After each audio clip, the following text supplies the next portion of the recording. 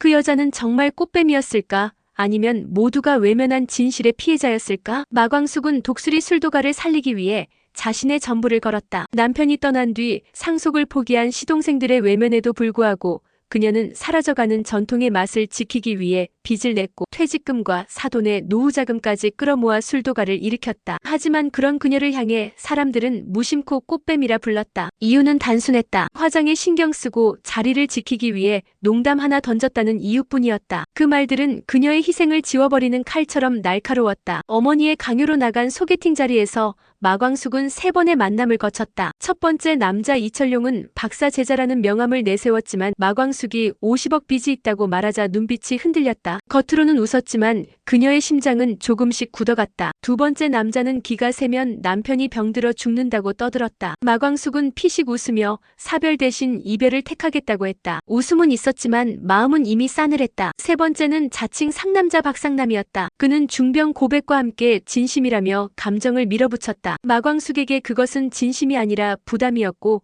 그녀는 그 무게마저도 홀로 견뎌야 했다. 그런데 문제는 그 박상남이 이후에도 끈질기게 그녀를 따라다녔다는 점이다. 불쑥 찾아오는 전화, 무작정 찾아오는 골프장, 과한 선물까지. 그는 이 모든 행동을 진심이라 포장했지만 마광숙에겐 숨막히는 짐이었다. 그러는 와중에 독수리 술도가는 앨릭스 호텔 페스타 주류 납품이라는 중대한 기회를 앞두고 있었다. 대형 양조장들과 어깨를 나란히 하며 진행된 시음평가에서 독수리 술도가의 약주는 뛰어난 맛과 향으로 실무진의 찬사를 받았다. 그러나 최종 결정은 호텔 회장의 몫이었다. 문제는 그 회장이 마광숙을 꽃뱀이라 낙인 찍은 인물이라는 것이었다. 그는 마광숙이 남자와 함께 호텔 객실로 들어가는 모습을 봤다고 주장하며 그녀의 도덕성에 의문을 제기했다. 하지만 사실은 달랐다. 그녀가 만난 이는 예전 직장에서 알던 우체국 국장이었고 출산한 국장의 딸을 축하하러 인사가던 길이었다. 그 가족은 호캉스를 왔고 마광숙은 단지 인사를 드리러 올라갔을 뿐이었다. 그 진실이 밝혀졌을 때 회장은 자신의 경솔함을 인정하고 사과했다. 그리고 독수리 술도가의 약주가 최종 선정되었다. 하지만 마광숙은 잘 됐네요라는 말만 남겼다. 그녀는 감정을 억눌렀고 그 억제된 말 한마디에 많은 것이 담겨 있었다. 환호도 분노도 안도도 없었다. 시동생 천수는 또 다른 감정의 소용돌이 속에 휘말렸다. 그의 딸이 조심스레 털어놓았다. 엄마에게 남자가 생긴 지 3년이 넘었다는 사실을. 천수는 무너졌다. 자신이 아내와 아이를 위해 살아왔다는 믿음이 한순간에 깨졌고 그 허탈함은 분노로 번져갔다. 더 큰 충격은 자신만 모르고 있었다는 것이었다. 그는 차마 입을 떼지 못하고 고개를 떨궜다. 동시에 흥수도 감정의 함정에 빠져 있었다. 그가 마음을 열기 시작한 김 원장이란 여자의 과거가 드러난 것이다. 법적으로는 미혼이지만 10살짜리 딸이 있었고 그 딸의 아버지는 현재 교도소에 수감 중인 조직폭력배였다. 마광숙은 그녀의 정체를 의심했고 결국 그녀의 말이 맞았다. 하지만 흥수는 혼란스러웠다. 그녀가 보여준 따뜻함은 거짓일까? 과거를 지우고 살아가는 삶은 용서받을 수 없는 걸까? 그는 그 질문에 답을 찾지 못한 채 침묵했다. 또 하나의 사건은 오 선생에게서 터졌다. 독수리 술도가의 브레인으로 불리던 그는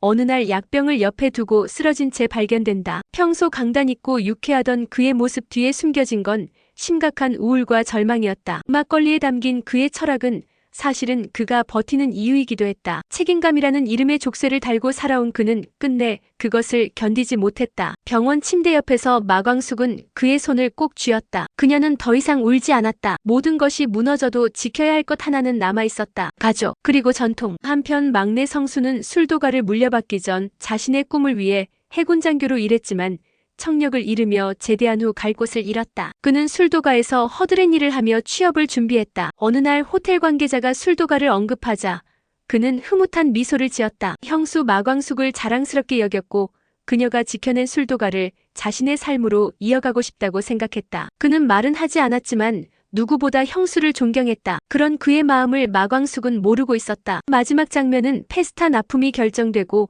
마광숙이 자신을 꽃뱀이라 부른 이들을 마주한 순간이었다. 그녀는 고개를 숙이지 않았다. 모든 것을 안고 묵묵히 걸어온 시간이 그녀를 단단하게 만들었다. 사람들의 시선은 여전히 싸늘했고 편견은 쉽게 사라지지 않았다. 하지만 그녀는 흔들리지 않았다. 그런 그녀를 지켜보던 박상남은 여전히 그녀 곁을 맴돌며 말했다. 광숙 씨는 상남자 박상남의 가슴에 오기에 불을 붙였습니다. 그녀는 대답하지 않았다. 그저 똑바로 걸어갔다. 그리고 어느 날 오랜만에 걸려온 한 통의 전화. 형수님, 김 원장 얘기 들으셨죠? 근데 이게 끝이 아닐 수도 있어요. 마광숙은 숨을 고르며 전화기를 바라봤다. 끝난 줄 알았던 일이 다시 시작되고 있었다. 마광숙은 전화를 끊지 못한 채 한참 동안 말이 없었다. 끝이 아닐 수도 있어요. 그 짧은 문장 안에 무언가 숨겨진 폭로가 있다는 걸 직감한 순간 손끝이 저릿해졌다. 김 원장의 과거는 단순히 사생활 문제가 아니라 누군가를 협박할 수 있는 비밀일 수 있었다. 흥수가 그 진실을 다 알게 되었을 때 과연 그녀를 지킬 수 있을까? 마광숙은 혼란스럽지 않았다. 그보다는 무언가 명확해지는 기분이었다. 이 술도가를 지키려면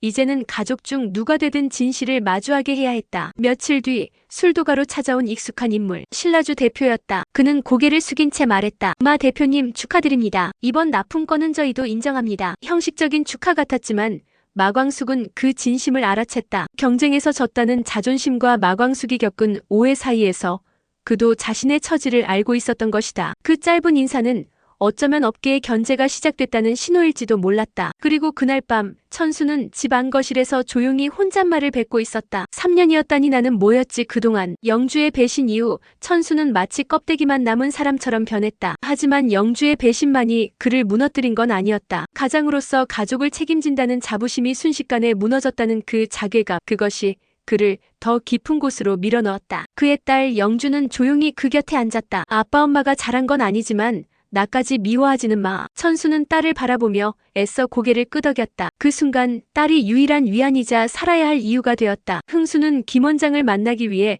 피아노 학원 근처에서 그녀를 기다렸다. 그녀는 평소처럼 단정한 옷차림, 무표정한 얼굴로 걸어왔다. 김 원장님, 잠깐 시간 좀 괜찮으세요? 그녀는 멈춰 서며 무표정하게 말했다. 뭐든 물어보세요. 감당하실 수 있다면. 흥수는 숨을 삼켰다. 딸 얘기, 애 아빠 얘기 다 들었어요. 그런데 전 그걸로 당신을 판단하고 싶진 않아요. 문제는 왜 그걸 말하지 않았냐는 거예요. 김 원장은 한참 말이 없다가 입을 열었다. 말하는 순간 당신 표정이 달라질까봐 겁났어요. 누군가를 다시 믿는 게 저한테는 죽을 만큼 어려운 일이었거든요. 흥수는 그제야 알았다. 그녀가 숨긴 건 과거가 아니라 상처였다는 걸. 그는 아무 말도 하지 않고 그녀의 곁에 천천히 섰다. 김 원장은 미묘하게 눈동자를 흔들며 그를 바라보았다. 그들이 그날 나눈 짧은 정적은 어쩌면 가장 진실된 대화였다. 그 무렵 박상남은 또다시 마광숙 앞에 나타났다. 이번엔 골프장도 아니고 호텔도 아니었다. 술도가의 작업장 앞에 서였다. 그는 두 손에 상자를 들고 있었고 그 안엔 각종 건강식품과 수면 유도차,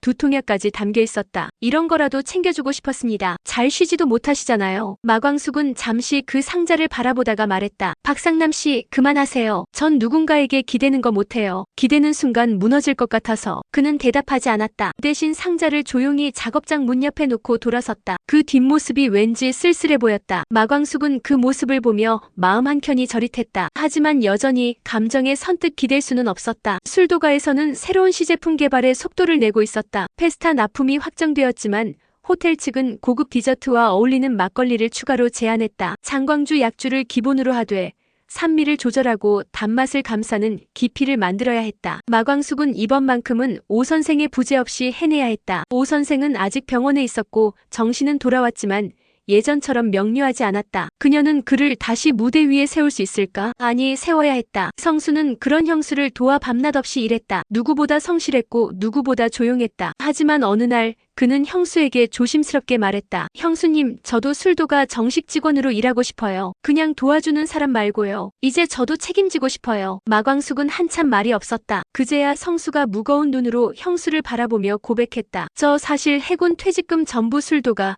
장비 바꿀 때 보탰어요. 형수님 몰래. 마광숙은 눈을 동그랗게 떴다. 왜 그걸 이제 말해? 성수는 웃으며 말했다. 자격 없다고 생각했어요. 지금은 조금쯤 있는 것 같아서요. 그리고 다음 날 뜻밖의 인물이 다시 찾아왔다. 바로 김 원장이었다. 그녀는 술도가 문 앞에서 마광숙을 기다리고 있었다. 할 말이 있어서 왔어요. 그녀는 한 장의 사진을 꺼냈다. 그 사진 속에는 한 남자와 김 원장이 호텔 복도에서 다투는 장면이 담겨 있었다. 이 사람 제 아이 아버지예요. 얼마 전에 출소했어요. 이 사진 누가 저한테 보냈는지 아세요? 마광숙은 고개를 저었다. 그 사람이 흥수 씨한테 이걸 보내겠다고 협박하고 있어요. 돈을 주지 않으면 당신한테도 갈 거라고 했어요. 마광숙은 그 사진을 오래 들여다보았다. 그녀는 알았다. 누군가 이 술도가를 무너뜨리기 위해 수단과 방법을 가리지 않고 있다는 것을. 김 원장이 다시 입을 열었다. 저 그 사람 끝까지 상대할 거예요. 그리고 흥수 씨한텐 제가 말할 거예요. 제가 지켜야 할 사람이니까요. 그 순간 마광숙은 처음으로 그녀를 존경했다. 그리고 그날 밤 술도가로 걸려온 한 통의 전화. 마 대표님, 최근 공장에서 일어난 사건 들으셨습니까? 장광주 샘플 중 하나가 변질되어 클레임이 접수됐습니다. 내부 문제인지 조사 중입니다만 누군가 의도적으로 원료를 바꾼 흔적이 있습니다. 마광숙은 입을 다물지 못했다. 누군가 내부에 있다. 그녀는 직감했다. 이제부터가 진짜 싸움일 것이다. 전통을 지키는 싸움이 아니라 신뢰를 지키는 싸움. 그리고 그 싸움의 중심에 그녀와 독수리 술도가가 서 있었다. 그리고 그 순간 병원에 있던 오 선생이 혼잣말을 중얼거렸다. 그 사람이 왜 지금 돌아온 거지? 왜 하필 지금? 그의 눈빛은 멀어졌고 손끝이 떨렸다. 아무도 그 말을 듣지 못했지만 그것이 또 하나의 불씨가 되어 모든 것을 흔들게 될 줄은 아무도 몰랐다. 마광숙도 흥수도 천수도 모른 채 다음 날 그 익숙한 인물은 조용히 호텔 로비를 걷고 있었다. 그가 향한 곳은 독수리 술도가가 마련한 시음 부스였다. 그리고 그의 손에는 장광주 병이 아닌 정체불명의 병 하나가 들려 있었다. 과연 그는 누구이며 어떤 파장을 몰고 올 것인가? 다음 이야기는 이제부터 시작된다.